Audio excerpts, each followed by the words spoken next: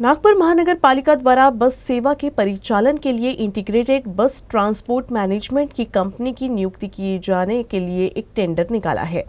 इस पर मनपा के ही परिवहन समिति के पूर्व सभापति ने सवाल उठाए हैं। पूर्व सभापति के मुताबिक महानगर पालिका को कंपनी को ये जिम्मेदारी देने की बजाय खुद बस सेवा के परिचालन की जिम्मेदारी उठानी चाहिए।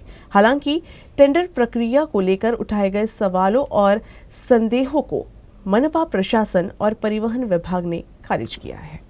नागपुर महानगर पालिका की आपली बस सेवा का संचालन इंटीग्रेटेड बस ट्रांसपोर्ट मैनेजमेंट सिस्टम के माध्यम से होता है। इसके लिए मौजूदा समय में दिल्ली सरकार की company Delhi integrated multi modal transit system limited काम कर रही है। डीम्ड का नागपुर महानगर पालिका के साथ किया गया करार 2022 में खत्म हो चुका है, जिस वजह से नए सिरे से कंपनी की नियुक्ति के लिए टेंडर निकाला गया है। लेकिन इस प्रक्रिया पर परिवहन समिति की जिम्मेदारी संभाल चुके नरेंद्र बोरकर ने सवाल उठाए हैं।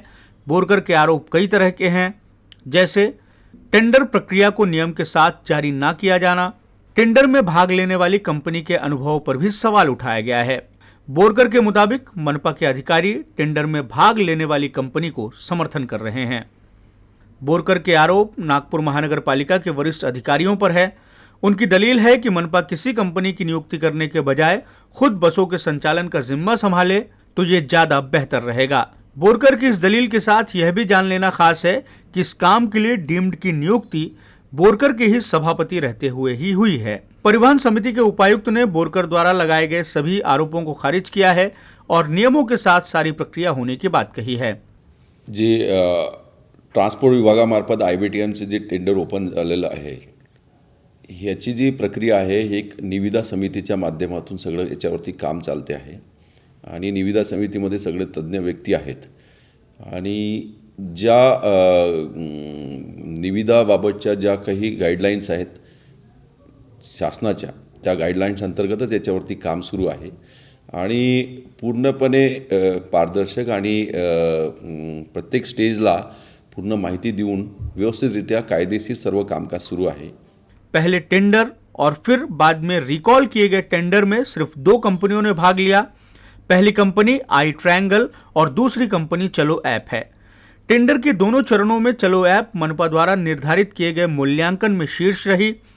टेंडर की प्रक्रिया होने के बाद अब फाइनेंशियल बिड खोलने की तैयारी में मनपा है। नागपुर महानगर पालिका के मुताबिक वह आने वाले समय में न सिर्फ मनपा की आय बढ़ाना चाहती है बल्कि सारे सिस्टम को ट्रांसपेरेंट करना चाहती है।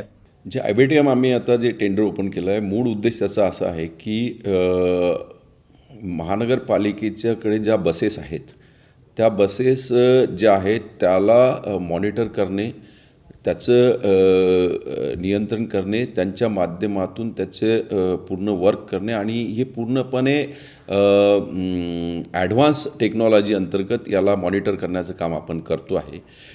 लोकांना डिजिटल सुविधा व्हायला पाहिजे, ज्या बसेस आहेत त्या आपल्या शेड्यूलिंग वेळेवर व्हायला पाहिजे आणि हे सगळं आपण जे आहे हे नव्याने ॲडव्हान्स टेक्नॉलॉजी अंतर्गत आपण काम करतो आहे। त्यामुळे नव्याने आपण त्या टेंडरमध्ये त्या सगळ्या बाबी टाकून ॲडव्हान्स पद्धतीने याचं मॉनिटर कसं होईल याचा उद्देश पुढे ठेवून आपण हे टेंडर टाकलेलं आहे। चलो ऐप नामक कंपनी जो इस टेंडर को जीतती हुई दिखाई दे रही है, वह नागपुर महानगर पालिका के साथ पायलट प्रोजेक्ट के तौर पर टिकटिंग के काम में अब भी जुटी हुई है।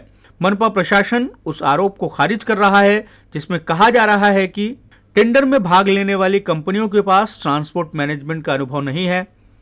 मनपा के मुताबिक टेंडर की सभी शर्तें ऑनलाइन उपलब्ध हैं।